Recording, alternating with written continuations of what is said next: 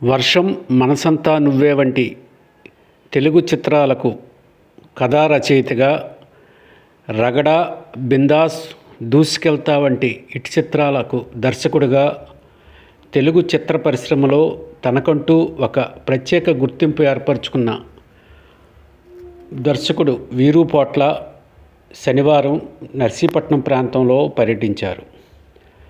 విప్లవ వీరుడు అల్లూరి సీతారామరాజు స్మారక ప్రాంతాలను సందర్శించడంతో పాటు తను కొత్తగా తీయబోయే చిత్రానికి సంబంధించిన కొన్ని లొకేషన్లను కూడా ఆయన పరిశీలించారు. ఈ సందర్భంగా ఆయన ఈ ప్రతినిధికి ఇచ్చిన ఇంటర్వ్యూలో తెలుగు చలనచిత్ర సీమకు సంబంధించిన అనేక అంశాలను నిర్మోహమాటంగా తన మనసులోని మాటను వ్యక్తపరిచారు. ఎంతో ఆసక్తికరమైన ఈ ఇంటర్వ్యూ మీరు వినండి. నమస్కారం అండి, నా పేరు వీరు పోట్ల. నేను రైటర్ డైరెక్టర్ని. వర్షం, నువ్వు వస్తానంటే నేను వద్దంటానా ఈ సినిమాలకి నేను రైటర్ని, కథలు నావి. తర్వాత బిందాస్తో నేను రైటర్ డైరెక్టర్ని అయ్యాను. బిందాస్, రగడ, దూసుకెళ్తా మూవీస్. ప్రస్తుతానికి నర్సీపట్నం నేను ఒక కథ రాస్తున్నాను. సో కథ ఎక్స్పాన్షన్కి నాకు ఈ పరిసరాలు అవసరం. సో ఒకసారి ఈ పరిసరాలన్నీ తిరిగి చూస్తే కథ నాకు ఎక్స్పాండ్ అవుతుందన్న ఉద్దేశంతో ఇక్కడికి వచ్చిన్నాను ప్రస్తుతానికి. ఇప్పటి వరకు ఎన్ని సినిమాలు డైరెక్ట్ చేశారు సార్? మొత్తం డైరెక్ట్ చేసిన మూవీస్ 4 మూవీస్ అండి. బిందాస్, రగడ, దూసుకెళ్తా అండ్ ఏడుకోళ్ళ అని లాస్ట్ ఫిల్మ్ సునీల్తో చేసిన మూవీ. ఏ ఇయర్లో వచ్చిందండి? 2017, 16 అండ్ 16-17 అంటే. మీరు చేసిన సినిమాల్లో కొన్ని చాలా ఇంట్రెస్టింగ్ మూవీస్ కూడా ఉన్నాయి, రగడ ఇటువంటివి. అంటే ఆ ప్రాజెక్ట్స్ తర్వాత అంటే కమర్షియల్ డైరెక్టర్గా వెదగడానికి ఇష్టం లేకుండా ఓన్లీ సెలెక్టెడ్ సబ్జెక్ట్స్కే పరిమితం అయిపోవడం కారణం అండి? పర్టికులర్ సెలెక్టెడ్ అని కాదండి. యాక్చువల్గా నా ఫిల్మ్స్ అన్నీ కూడా, రాసిన ఫిల్మ్స్ కానీ ఈవెన్ డైరెక్ట్ చేసిన ఫిల్మ్స్ అన్నీ కూడా యాక్చువల్గా ఆల్మోస్ట్ సక్సెస్ అండి.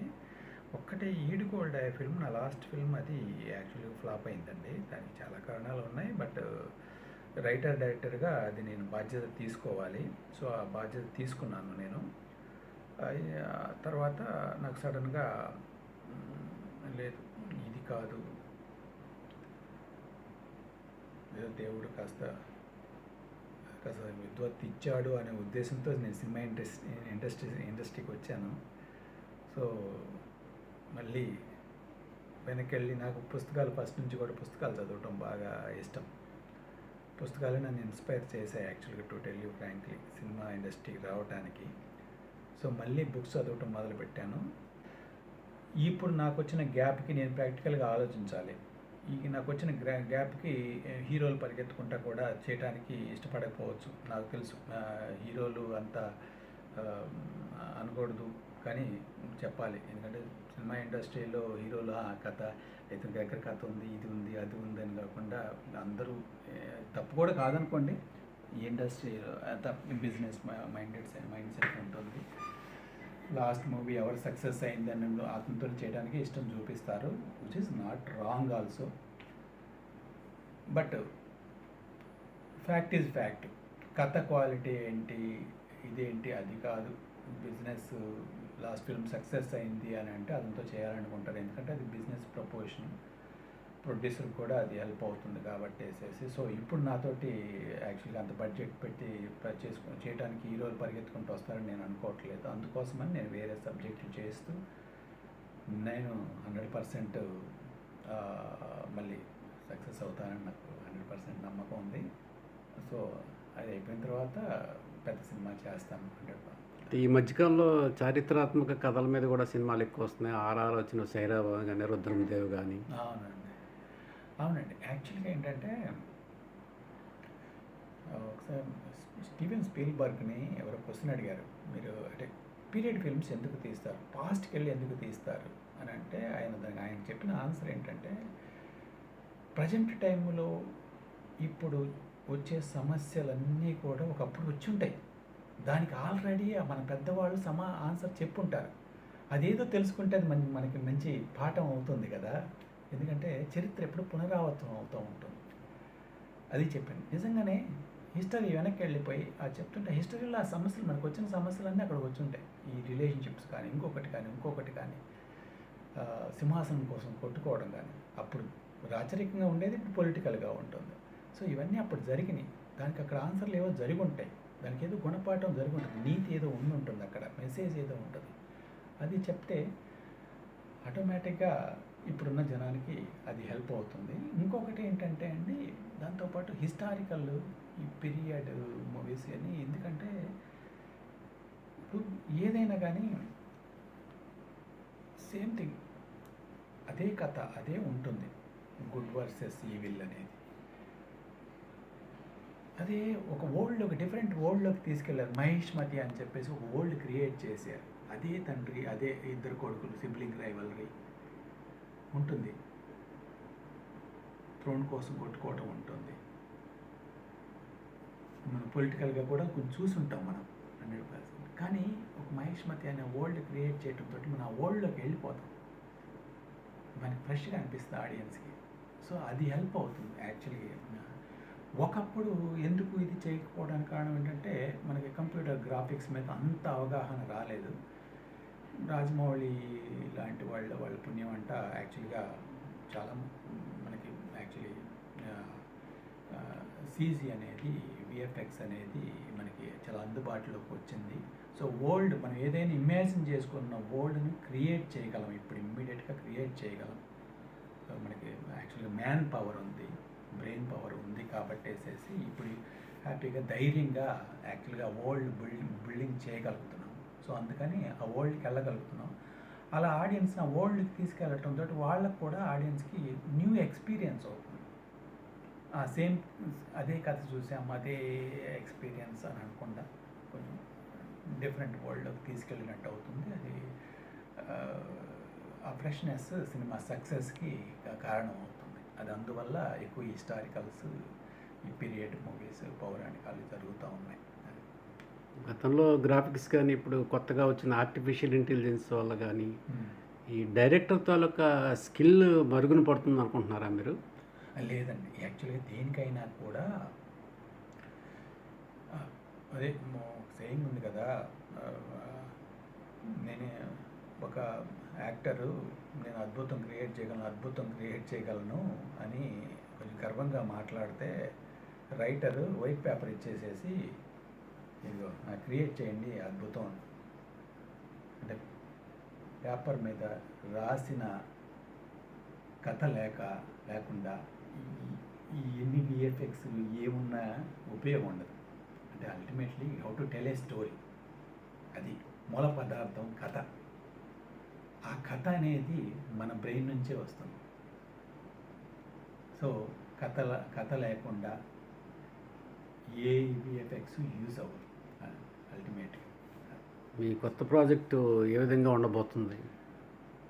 ఇది యాక్చువల్గా ఫస్ట్ స్టేజ్లోనే ఉందండి. నిజంగా టు టెల్ యూ ఫ్రాంక్లీ నేను చెప్పడానికి లేదు. బట్ ఒక్కటి మాత్రం నేను చెప్పగలను, హ్యూమన్ వాల్యూస్ మీదనే కొంచెం మంచి సినిమా చేద్దామనే ఉద్దేశంతో నేను రాస్తున్నాను. అంటే ఓన్లీ కమర్షియల్ పంతాలు ఓకే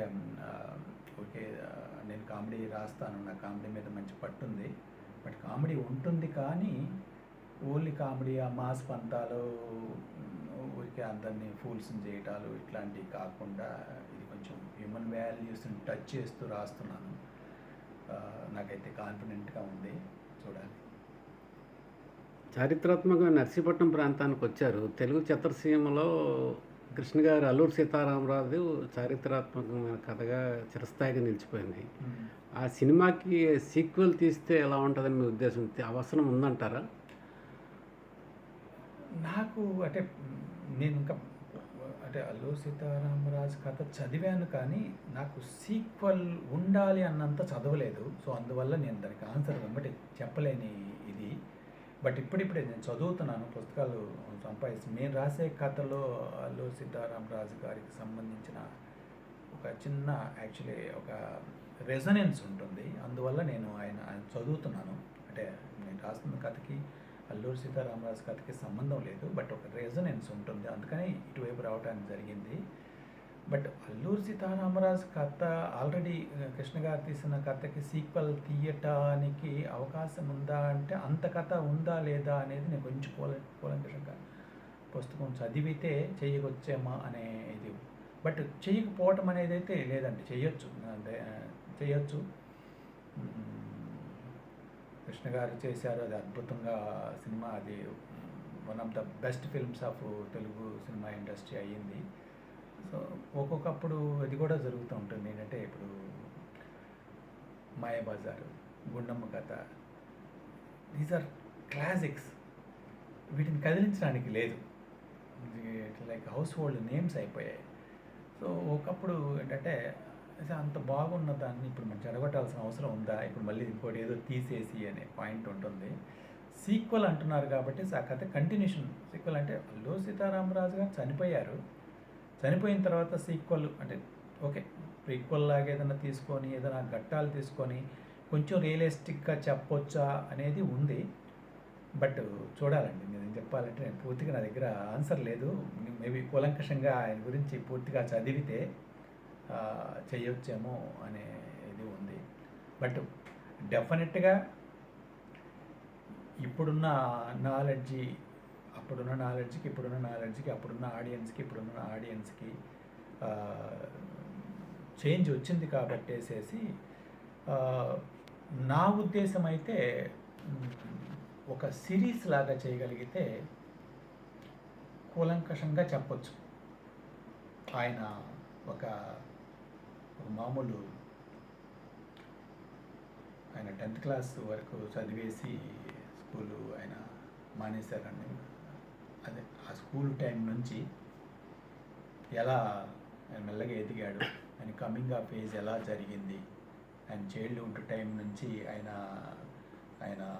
అట్లా ఎదుర్కొన్న సమస్యలు ఏంటి, అన్ని రకాలుగా కూడా ఇన్నర్ జర్నీ ఎలా జరిగింది, దానికి దారితీసిన పరిస్థితులు ఏంటి, ఇదంతా 1.5 hour 2 hours కాకుండా ఒక సిరీస్ లాగా కనుక చేయగలిగితే అది మోర్ ఎఫెక్టివ్గా ఉంటుందని నా ఉద్దేశం అండి.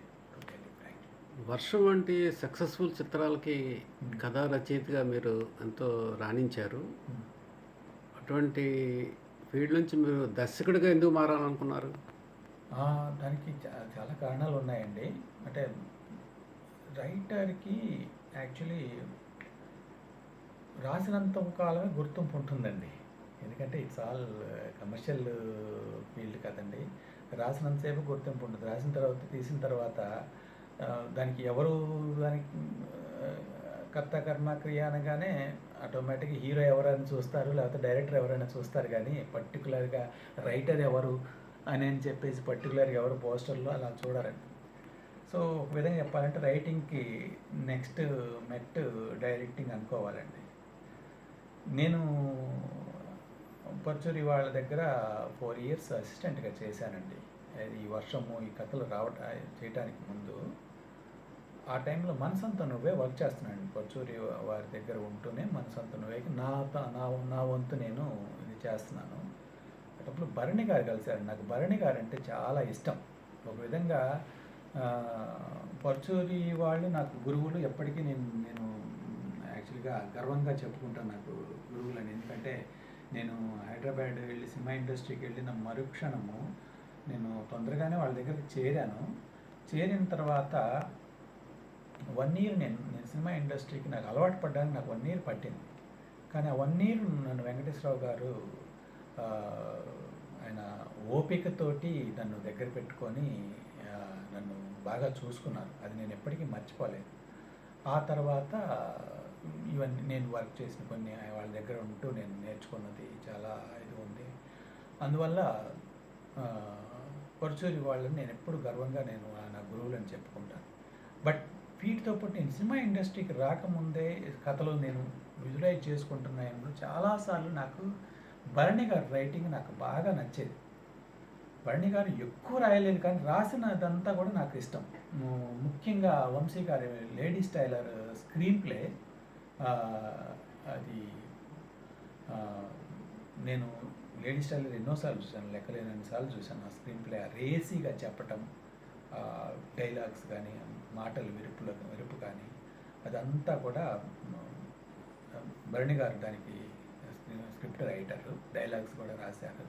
అఫ్ కోర్స్ భరణి గారిని సార్ నేను మీకు ఏకలవ్య శిష్యుణ్ణి అని సరదాగా అంటే, ఆయన గొప్పతనం ఏంటంటే అందులో చాలా వంశీ గారికి చాలా ఆయన రైటింగ్, ఆయన స్టైల్ చాలా ఉంటుంది. నా ఒక్కడిదే కాదంటే నాకు తెలుసండి, బట్ మీరు రైటరు, సో నాకైతే మీకు నేను ఏకలవ్య శిష్యుని ఫీల్ అవుతుంటానా అంటే సరదాగా అన్నా నేను. ఒక టైంలో మనసంతను, ఆ తర్వాత మనసంతను వర్క్ చేస్తున్న టైంలో ఆయన నాతోటి రైటింగ్ ఈ యాక్చువల్గా అన్ని రకాలుగా కూడా రైటర్ సఫర్ అవుతూనే ఉంటాడు. రాసిన తర్వాత అదే ఉంటుంది, 50 అదే ఉంది కదా సేయింగ్, 50% రాసిన దానికి తీసుకోవాలి, 50% వాళ్ళని కన్విన్స్ చేసిన దానికి తీసుకోవాలి అని అంటాడు. అదొక పెద్ద తలనొప్పి, కన్విన్స్ చేయటం. ఆ తర్వాత వాళ్ళు ఏం తీస్తారో వాళ్ళు ఇష్టం వచ్చింది తీస్తారు, ఇది మనదని చెప్పుకోవడానికి ఉండదు, ఇవన్నీ ఉంటాయి. ప్రశాంతంగా నువ్వు డైరెక్షన్లోకి వెళ్ళటం బెటరు. నేను యాక్టర్ని అయిన తర్వాత నేను ప్రశాంతంగా ఉన్నాను, ఇప్పుడు నాకు ఇష్టమైన పుస్తకం చదువుకోగలుగుతున్నాను, అది ఇది అన్నారు. సో నాకు కూడా యాక్చువల్గా ఒక విధంగా చెప్పాలంటే, మనం అనుకున్న కథని మనం చెప్తే అది మనది అన్న ఫీలింగ్ ఉంటుంది ధైర్యంగా. సో అందుకని నేను డైరెక్టర్ అవ్వాలని చెప్పేసేసి అలా అనుకోవడం జరిగింది. అలా కంటిన్యూస్గా నేను రాసిన సినిమాలు కూడా నేను షూటింగ్లోనే ఉండేవాడిని నేను సిన్సియర్గా. నాకు చిన్నప్పటి నుంచి కొంచెం కాస్త దేవుడు కాస్త ఆ డిసిప్లిన్ ఇచ్చాడు. నేను మంచి స్కూల్లో చదివాను, దానివల్ల అయితేనేమి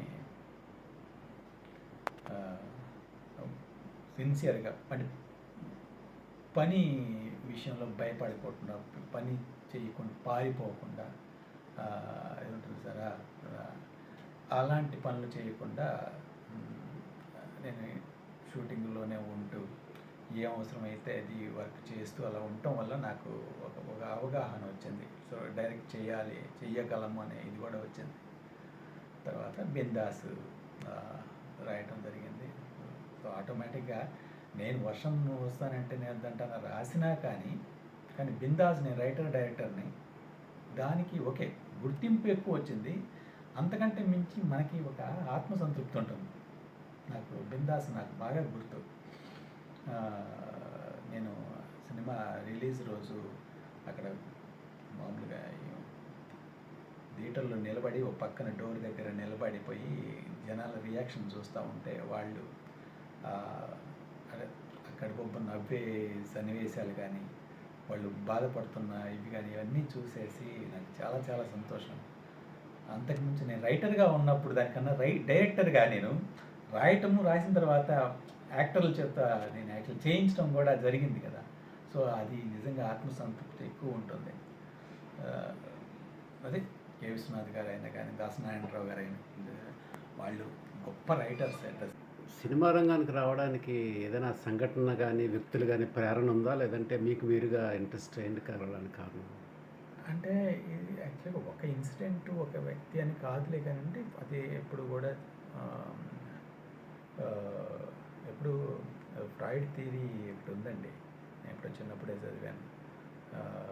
మన చైల్డ్హుడ్ ఎప్పుడు మనం వెంటాడుతుంది అని అంటారు. యాక్చువల్లీ నాకు చిన్నప్పటి నుంచి పుస్తకాలు చదవటం అలవాటు. నేను మా ఊరు నుంచి నడుస్తూ పిడుగురాళ్ళు వెళ్ళి చదువుకునేవాడిని. సో ఆ జర్నీలో మేబీ థాట్స్ రావటం, ఆ తర్వాత ఆఫ్టర్నూన్ ఇంటికి వెళ్ళేది ఉండదు, ఫోన్ చేసేసి అక్కడే ఉండేవాడిని. సో 1 hour టైంలో ఏదో పుస్తకాలు చదవటం అలా అలవాటైంది. సో నేను మంచి స్టూడెంట్ అవ్వటం వల్ల మా అమ్మ కూడా నేను సినిమాకి వెళ్తుంటే ఎప్పుడు అడ్డు చెప్పేది కాదు. సో అలా కూడా సినిమాలు కూడా యాక్చువల్లీ అలవాటైపోయినాయి ఇంట్రెస్ట్గా. తర్వాత ఇక పుస్తకాలు చదువుతూ యాక్చువల్గా నేను మంచిగా చదువుతున్నా కానీ పుస్తకాలు చదువుతూ ఉండేవాడిని, మూవీస్ బాగా చూస్తూ ఉండేవాడిని. అలా ఒక స్టేజ్కి వచ్చేటప్పటికి ఇక ఇక 9 to 5 జాబ్ అనే థాట్ నా దగ్గర అసలు నాకు రావటం మానేసింది. సో నేను క్రియేటివ్ సైడే వెళ్ళాలనేది నాకు తెలియకుండా ఆ, అలా ఏర్పడిపోయింది. సో నేను ఒక సినిమా ఇండస్ట్రీకి రైటర్గా వద్దామని రైటర్ అని వచ్చాను. మెల్లగా అది డైరెక్టర్ అవడానికి కూడా దారి తీసింది. తెలుగు చిత్రసీమలో ఈ పరభాష నటుల ప్రాధాన్యత క్రమేణా తగ్గుతూ వస్తున్నట్టుందండి. అయితే అది ఎప్పుడు యాక్చువల్గా తప్పు కాదులేండి. పరభాష స్వభాష అనేది actually Indian cinema is Indian cinema. ఎందుకంటే ఇప్పుడు ఆ భాషలోకి మన వాళ్ళు వెళ్తున్నారు, అది కూడా మనం గమనించాలి. యాక్చువల్లీ వాళ్ళు కూడా మనల్ని యాక్సెప్ట్ చేస్తారు. ఇప్పుడు కర్ణాటక వెళ్తే మన తెలుగు వాళ్ళు ఎంత బాగా గౌరవిస్తారంటే నిజంగా ఎంత మనసుకు హత్తుకుంటుంది వాళ్ళు చూపించే రెస్పెక్ట్ అన్ని రకాలుగా కూడా. అక్కడికి వెళ్ళి మనం తెలుగులో మాట్లాడతాము, వాళ్ళు కన్నడిగా సయుండి కూడా మన కోసం వాళ్ళు తెలుగు మాట్లాడతారు. అట్లాంటి ఇది. సో అటు మనం ఒక విధంగా చెప్పాలంటే మనం అటు వెళ్తున్నాము, వాళ్ళు మన దగ్గరికి వస్తున్నారు. అదే కల్చరల్ ఎక్స్చేంజ్. అది తప్పు కాదని నా ఉద్దేశం. యాజ్ లాంగ్ యాజ్ తెలుగు వాళ్ళకి అవకాశాలు కంప్లీట్గా పోవటము అట్లా అది జరిగితే తప్పేమో, కానీ మోర్ దెన్ 80% తెలుగు వాళ్ళే ఉంటున్నారు. సో అలాంటప్పుడు బెస్ట్ అనుకున్న వాళ్ళు మేము ఒక 20% 25% పరభాష నుంచి రావటం అనేది తప్పు కాదు. బెటర్ ప్రోడక్టే బయటకు వస్తుంది. ఒకప్పుడు కారణాలు కూడా ఉన్నాయి, మీకు తెలియదే ఉంది. ఒక్కొక్క కథకి ఒక్కొక్క యాక్టర్, కైండ్ ఆఫ్ యాక్టర్ దొరకాలి. కరెక్ట్గా ఆ యాక్టర్ మనకి ఇక్కడ వెంటనే దొరకపోవచ్చు. అప్పుడు మనం నార్త్ నుంచి మనం ఆయన్ని యాక్చువల్గా తెచ్చుకుంటాము. తప్పు లేదు అందులో. మనకి ఇక్కడ అన్ని రకాలుగా ఆ క్యారెక్టర్ చేయగలిగి ఉండి ఆయన అవైలబుల్గా ఉండి మనం కావాలని గ్లామర్ కోసము నార్త్ నుంచో ఇంకొక భాష నుంచో తెచ్చుకుంటే అది దాన్ని కోసం చేయొచ్చాము. కానీ అలా ఉండదు. దాని తర్వాత ఇప్పుడే మన ఖాళీగా ఉన్నవాళ్ళు ఎవరు లేరు. వాళ్ళంతా బిజీగా ఉన్నారు కాబట్టి వేరే యాక్టర్లు కానీ వేరే టెక్నీషియన్స్ కానీ అందరినీ RRR సినిమాకి ఆస్కార్ అవార్డు, చిరంజీవి గారికి పద్మవిభూషణ్ అవార్డు వంటి పరిణామాలు అంతర్జాతీయ రంగంలో తెలుగు చిత్రసీమ రంగానికి మరింత గుర్తింపు తెస్తుందంటారా? అంటే పద్మవిభూషణ్ అనేది నిజంగా తెలుగువాడిగా గర్వపడాల్సిన విషయం అండి. ఇది నేను తెలుగు చలనచిత్రానికి సంబంధించిన టెక్నీషియన్గా నిజంగా గర్వపడాల్సిన విషయము. బట్ అది అంతర్జాతీయ గుర్తింపు కిందికి రాదు. బట్ RRR అనేది అంతర్జాతీయ గుర్తింపు. బట్ ఆస్కార్ అవార్డ్స్కి వెళ్ళటం అక్కడ వాళ్ళందరూ కూడా RRRలో వచ్చిన పాటకి ఆస్కార్, సంగీతానికి ఆస్కార్ వచ్చింది. కానీ అట్ ద సేమ్ టైం వాళ్ళు యాక్చువల్లీ వెస్ట్రన్ ఆడియన్స్ RRRని తీసుకున్న విధానం చాలా చాలా నిజంగా మనకి వాళ్ళ రియాక్షన్ చూస్తుంటే మనకి మనసుకు హత్తుకుంటూ ఉంటుంది. గర్వంగా మన తెలుగు వాళ్ళందరికీ చాలా గర్వకారణం. At the same time as an Indian నిజంగా ఇది గర్వకారణం 100%. నిజంగా మా అందరికీ కూడా యాక్చువల్లీ చాలా ఇన్స్పైరింగ్ థింగ్ అది. అలా ఆస్కార్ రావటమే కాకుండా సినిమాకి కూడా ఆడియన్స్ అంటే మన థియేటర్లలో మనం యాక్చువల్గా మన వాళ్ళు ఎలా ఎంజాయ్ చేస్తారో అలా థియేటర్లో అక్కడ వెస్ట్రన్ ఆడియన్స్ మన కల్చర్కి సంబంధించిన సినిమా తీశారు మన యాక్టర్లతోటి. కానీ వాళ్ళు అదేదో వాళ్ళ సినిమా అన్నట్టుగా వాళ్ళు ఎంజాయ్ చేయటం అనేది నిజంగా చాలా చాలా గర్వకారణం. అది అందరికీ కూడా ఇన్స్పైరింగ్ థింగ్. అందుకనే ఇంకా తెలుగు సినిమా ఎక్స్పాండ్ అవుతుంది. ఇప్పుడు రాజమౌళి క్యాజువల్గా ఒక మాట అన్నాడు, ఏంటి, సూపర్ హీరోస్ వాళ్ళు క్రియేట్ చేయబడ్డారు నిజం. కానీ మనకేమో మన హిస్టరీలో మన పురాణాల్లోనే సూపర్ హీరోస్ ఉన్నారు. సో మనకు కావాల్సినంత మంది సూపర్ హీరోలు ఉన్నారు. అని అన్నాడు. సో నిజంగానే మొన్న హనుమాన్ మూవీ మన సూపర్ హీరో ఆయన. ఆ, హనుమాన్ అయిపోయింది. చూడండి ఎంత పెద్ద సక్సెస్ అయిందో. సో అలా అంటే ఒక విధంగా ఇన్స్పైర్ అయినట్టే. డైరెక్టర్ కూడా అన్నట్టున్నాడు యాక్చువల్గా రాజమౌళికి ఆయన ఏదో టెక్నాలజీని కూడా చేసినట్టు ఉన్నాడు. సో ఆ విధంగా ఇన్స్పైర్ అయినట్టేగా. సో అలానే బెటర్ ఫిల్మ్స్ రావడానికి కారణం అవుతుంది మెల్లమెల్లగా. మ్, తెలుగు సినిమాని యాక్చువల్గా ఇంకా ఎక్స్పాండ్ అవ్వటానికి కూడా ఈ కారణాలు అవుతాయి. బట్ ప్రస్తుతానికి మాత్రం చాలా తక్కువ మంది ఉన్నారు నిజంగా. ఏదో అర్జెంటుగా తెలుగు సినిమా అంతర్జాతీయ స్థాయికి వెళ్ళింది అనేది మాత్రం నేను అనుకోవట్లేదు. ఈ రాజమౌళి లాంటి వాళ్ళు ఒకళ్ళిద్దరు తీసుకెళ్ళారు కానీ ఇంకా ఆ, ఇంకా పూర్తిగా వెళ్ళలేదు. వీరు పొట్ల పేరు వినడానికి డిఫరెంట్గా ఉంది. సినిమా కోసం పేరు మార్చుకున్నారా? అసలు మీ అసలు పేరు ఏంటంటే? ఆ, ఇది యాక్చువల్గా ఏంటంటే నేను సినిమా కోసం మార్చుకోవటం అనేది కాదు. ఆ, ఎప్పుడు కూడా ఓ పొడుగు పేర్లు వీళ్ళు పెట్టుకుంటూ ఉంటే ఏ డైరెక్టరు అది ఇది అన్నట్టు ఉంటుంది. సింపుల్గా టక్కున అంటే వాళ్ళని అనేది ఉంటుంది అనే ఉద్దేశంతో నన్ను చిన్నప్పటి నుంచి నా ఫ్రెండ్స్ నా పేరు వీరుయే, బట్ వేరే పొడుగు చాలా పెరుగు ఉంది కానీ బట్ వీరు అనేది ఉంది పేరులో. సో ఫ్రెండ్స్ అందరు చిన్నప్పటి నుంచి వీరు అని పలకరించటం ఆ, అలవాటైపోయింది. అలానే వీరు పోట్ల అనేది సర్నేము. సో వీరు పోట్ల అలా. ఒక కథా రచయితగా మీరు కొత్త రచయితలను ఎంత మేరకు మీ చిత్రాలకు దర్శకత్వ బాధ్యత వహించినప్పుడు ఎంకరేజ్ చేస్తారు? ఎట్లా అన్నారు? మీరు కథా రచయిత నుంచి డైరెక్టర్గా వచ్చారు. ఆ, ఒక మంచి ప్రాజెక్ట్కి మీరు డైరెక్టర్ అవకాశం వచ్చినప్పుడు కొత్త రచయితలను ఎంకరేజ్ చేస్తారా? యాక్చువల్గా ఇది యాక్చువల్గా మంచి క్వశ్చన్. నాలో ఒక చిన్న స్వార్థం ఉంటుందండి. నేను డైరెక్టర్ కన్నా కూడా ముందు నాలో ఉన్న రైటర్కి నేను చాలా రెస్పెక్ట్ ఇస్తాను. యాక్చువల్గా I'm my writer first. So అందువల్ల నేను కథలు నేనే రాసుకుంటాను. సో ఆటోమేటిక్గా ఆ తర్వాత నేను డైరెక్షన్లోకి వెళ్తాను. సో నాకు ఎందుకు తొందరగా వేరే వాళ్ళ కథలు ఎక్కడ దొరుకుతాయా అని ఆ, వెతకటం అనేది జరగదు. నేనే ఎందుకంటే నేను కంటిన్యూస్గా పుస్తకాలు చదువుతాను, కంటిన్యూస్గా థాట్స్ వస్తూనే ఉంటాయి. నేను ఏం చెప్పాలంటే దాదాపు 100 థాట్స్ ఉన్నాయి నా దగ్గర రాసి పెట్టినవి ఇది కూడా. సో నేనే రైటర్ అయినప్పుడు నేను ఇంకొక దగ్గర నుంచి కథ తీసుకోవాలి అనే థాట్ నాకు రాదు. But at the same time నేను స్క్రిప్ట్ రాసుకుంటే డెఫినెట్గా నాకు కొలాబరేటర్గా నేను రైటర్స్ తోటి కొలాబరేట్ అవ్వడానికి నేను వెనకాడను. I like that. ఎవరైనా యంగ్స్టర్స్ కనుక కొలాబరేట్ అవుతానని ముందుకు వస్తే మాత్రం ఆ, నేను చాలా హ్యాపీగా వాళ్ళతోటి అన్ని రకాలుగా కూడా వాళ్ళకి రెస్పెక్ట్ ఇచ్చేసి వాళ్ళతో కలిసి వర్క్ చేస్తాను.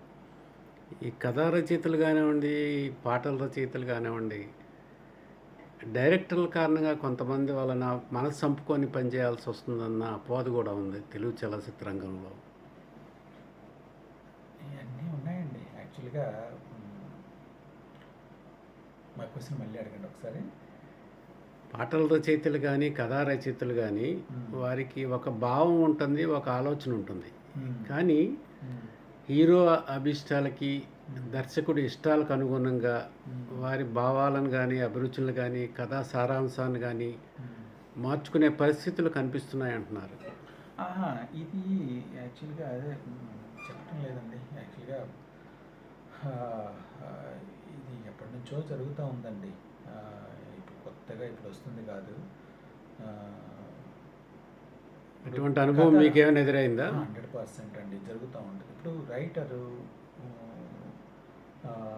తను రాసింది డెఫినెట్గా డైరెక్టర్ తనకు అనుగుణంగా మార్చుకుంటాడు. సో ఆటోమేటిక్గా రైటర్ రాసింది యాజ్ టీజ్గా తను షూట్ చేస్తాడంటానికి ఉండదు. At the same time director కొన్ని హీరోకి అనుగుణంగా కొన్ని మార్పులు చేర్పులు చేయాలి. ఒకప్పుడు ప్రొడ్యూసర్ కొన్ని యాక్చువల్గా తనకి కొన్ని ఇంట్రెస్ట్ ఉంటాయి, దాన్ని బట్టి మార్చాల్సి ఉంటుంది. ఒక సేయింగ్ ఉంది, ఒక సీనియర్ డైరెక్టర్ ఒకసారి అన్నాడు, ఎప్పుడైనా గుర్తుంచుకోండి, నువ్వు ఎంత రాసినా ఎంత తీసినా కానీ 80% నీ మూవీ. నువ్వు వర్క్ చేసిన దాంట్లో, నువ్వు ఆలోచించిన దాంట్లో 80% మాత్రమే నీది. మిగతా 20% వాళ్ళ ఈగోకి కానీ వాళ్ళ ఇంట్రెస్ట్కి కానీ కొంత వదలాల్సి ఉంటుంది. డబ్బులు పెట్టే ప్రొడ్యూసర్కి ఒక ఈగో ఉంటుంది. ఇంతమంది కోట్ల మంది ఆ, అభిమానులు ఉన్న హీరోకి ఈగో ఉంటుంది. అది ఈగో నేను నెగిటివ్ సెన్స్లో వాడటం లేదు. యాక్చువల్గా కొన్ని ఇంట్రెస్ట్లు ఉంటాయి. సో తను కొన్ని అడుగుతాడు, కొన్ని చెయ్యాలి. ఇప్పుడు ఇది ఇగో ఇట్లాంటి సీన్ నేను చేయకూడదు, నేను అలాంటి సీన్ చేస్తే నేను కరెక్ట్ అని అంటే వెంటనే అది మార్చగలగాలి, మార్చడానికి రెడీగా ఉండాలి. సేమ్ అలానే లిరిక్స్ కూడా అదే జరుగుతూ ఉంటుంది. ఓకే, మన మన సినిమాలన్నీ ఎక్కువ సినిమాలు కమర్షియల్ సినిమాల గురించి మనం ఆ పాయింట్ ఆఫ్ వ్యూలో ఆలోచిస్తే, హీరోల సినిమాల గురించి, స్టార్స్ గురించి ఆలోచిస్తే ఏంటంటే అన్నీ మన సినిమాలు ఫ్రంట్ లోడింగ్ అంటారు చూసారా. అంటే first Friday Saturday Sunday collections చాలా చాలా ఇంపార్టెంట్. అవి రావాలి అని అంటే మనం టీజర్స్లో కానీ మనం సాంగ్స్ రిలీజ్ చేసిన విధానంలో కానీ కుర్రవాళ్ళని బాగా అట్రాక్ట్ చేసే, సో చేసేటప్పుడు ఆ పాటల్లో వాటిల్లో కూడా కుర్రవాళ్ళ లైఫ్ మైండ్ సెట్కి తగ్గట్టుగా రాయటం ఉంటుంది చూసారా. రాయాలి. ఇప్పుడు లిరిక్ రైటర్ అనుకోండి, ఆయన నిజంగా ఆయనకి చాలా గొప్ప విద్వత్తు ఉండుంటుంది, పాండిత్యం ఉండుంటుంది, కవిత పటిమ ఉండుంటుంది, అన్నీ ఉండుంటాయి. కానీ ఆ టైంకి వచ్చేటప్పటికి మాసిగా కుర్రోళ్ళకి టక్కున వినగానే అర్థమయ్యేటట్టుగా చాలా సింపుల్గా ఏదో రాయాల్సి ఉంటుంది. రాసినప్పుడు ఏంటి కొంతమందికి ఫ్రూట్స్ అనుకోండి, కొంతమంది యాక్చువల్గా ఎడ్యుకేషన్ ఉన్నవాళ్ళు, కొంచెం ఎడ్యుకేటెడ్గా ఆలోచించే వాళ్ళంతా ఏంటి ఇలా రాశారు అని అంటే అది ఆ సిచ్యువేషన్ అలా వస్తుంది. అది ఎవరిని తప్పు పట్టడానికి లేదు. At the end of the day it's a commercial cinema film. Money అనేది యాక్చువల్గా అడుగడుగున యాక్చువల్గా మనీ స్పెండ్ అవుతూ ఉంటుంది. అది కూడా సింపుల్ మనీ కాదుగా, కోట్లల్లో ఉంటుంది. సో అది మళ్ళీ రిటర్న్స్ రావాలి అని అంటే కొన్ని సాక్రిఫైస్లు చేయక తప్పదు. సో అందుకని అర్జెంటుగా రాసిన ఆయన ఏంటి బ్యాడ్గా రాశాడు అనటానికి లేదు. And at the same time ఆ హీరో ఎందుకు అలా కోరుకున్నాడు అంటానికి కూడా లేదు.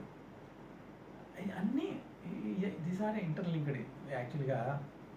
అదే సినిమా మీరు అంటే ఒక సినిమా హిట్ అయినప్పుడు హీరోకి డైరెక్టర్కి లభించిన గుర్తింపు రచయిత కూడా లభించాలి కదండి. 100% అండి, నేను 100% నమ్ముతున్నాను. రైటర్కి సరైన గుర్తింపు లభించినప్పుడు, గుర్తింపు రెస్పెక్ట్ అన్ని రకాలుగా కూడా లభించినప్పుడు బెటర్ ప్రోడక్ట్స్ బయటకు వస్తాయండి. ఎప్పుడైతే రైటరు యాక్చువల్గా వెళ్ళేసేసి హీరో వాళ్ళ ఇంటి బయట, ప్రొడ్యూసర్ బయట, ఆఫీస్ బయట వెయిట్ చేస్తూ వెళ్ళి కూర్చొని కథ చెప్తున్నాడు అని అంటే వాడు భయంగా ఆయనకి ఏది అవసరం, ఆయనకి ఏది ఇష్టమో అదే చెప్తున్నాడు. అలా కాకుండా రైటర్ మనస్ఫూర్తిగా తను యాక్చువల్గా క్రియేట్ చేసింది ధైర్యంగా సెల్యులాయిడ్ మీదకి తీసుకురాగలిగే స్థితి ఉన్న రోజు చాలా మంచి ప్రోడక్ట్స్ బయటకు వస్తాయండి. ఇప్పుడు ప్రస్తుతానికి ఏంటంటే రైటర్ అనేవాడు నేను అనేది మోర్ టైమ్స్ దాన్ నన్ను, అంటే ఎక్కువ పర్సెంటేజ్ జరిగేది ఏంటంటే ఆ హీరోకి అనుగుణంగా ఎలా కథ చెప్పాలి అనే స్థితిలోనే హీరో ఉన్నాడు, రైటర్. సో ప్రస్తుతానికి రైటర్కి ఉండాల్సినంత గుర్తింపు, బట్ మళ్ళీ రైటర్కి రెస్పెక్ట్ ఇస్తారు. కానీ ఆ రెస్పెక్ట్ ఎలా ఉంటుందంటే హీరోలు ఇస్తారు, ప్రొడ్యూసర్లు ఇస్తారు, డైరెక్టర్లు ఇస్తారు. ఏంటంటే వాళ్ళు కోరుకుని ఇస్తున్నంతగా రెస్పెక్ట్ ఉంటుంది. అంతేగాని వాళ్ళ సార్ మీరు చేస్తుంది ఇన్నాళ్ళు ఇది ఇలా చేశారు కదా, ఇది చేయకండి, మర్చిపోండి, ఇప్పుడు నేను చెప్పింది చేయండి అని అంటే హీరోలు చేయరు. ఆ హీరో తనకు అనుగుణంగా పంచ డైలాగులు ఇతను నాకు కరెక్ట్గా రాస్తాడయ్యా అంటే తనకి ఇష్టమైంది రాస్తాడు, అది పాయింట్. అది కాబట్టి అతను ఆ రైటర్ని అతను ఇష్టపడతా ఉంటాడు. అది సో అలా రెస్పెక్ట్ ఇస్తారు రైటర్కి. కానీ రైటర్ నిజంగా స్వతంత్రంగా వర్క్ చేసినందుకు రెస్పెక్ట్ ఇష్టం చూసారా, అప్పుడు చాలా మంచి ప్రోడక్ట్స్ బయటకు వస్తాయి. బట్ ఇప్పుడు ఎలా ఉంటుందంటే చెడిపోయిన దాన్ని నువ్వు బాగు చేయడానికి ప్రయత్నం చేయడం ఎందుకు అని అంటారు. ఇప్పుడు ఆల్రెడీ సినిమా ఇండస్ట్రీ బాగా నడుస్తుందిగా. మన Telugu cinema industry in general is a commercial యాక్చువల్గా. అంటే కమర్షియల్ అంటే నువ్వు సంపాదించుకో, మాకు సంపాదించి పెట్టు అనే థాట్లోనే ఉంటారు ఎవరైనా కానీ. 24 క్రాఫ్ట్స్ అన్ని రకాలుగా కూడా. సో దాని మీద ఆధారపడి చాలామంది ఉన్నారు, చాలామంది బ్రతుకుతున్నారు. సో మనీ అనేది యాక్చువల్గా అడుగున ఇది నడుస్తూ ఉంటుంది మైండ్లో, కాబట్టి వేసేసి తప్పదు ఇది ఇక. తెలుగు ప్రేక్షకులు మీ నుంచి మరో మంచి సినిమా ఎక్స్పెక్ట్ చేస్తున్నారండి. ధన్యవాదాలు.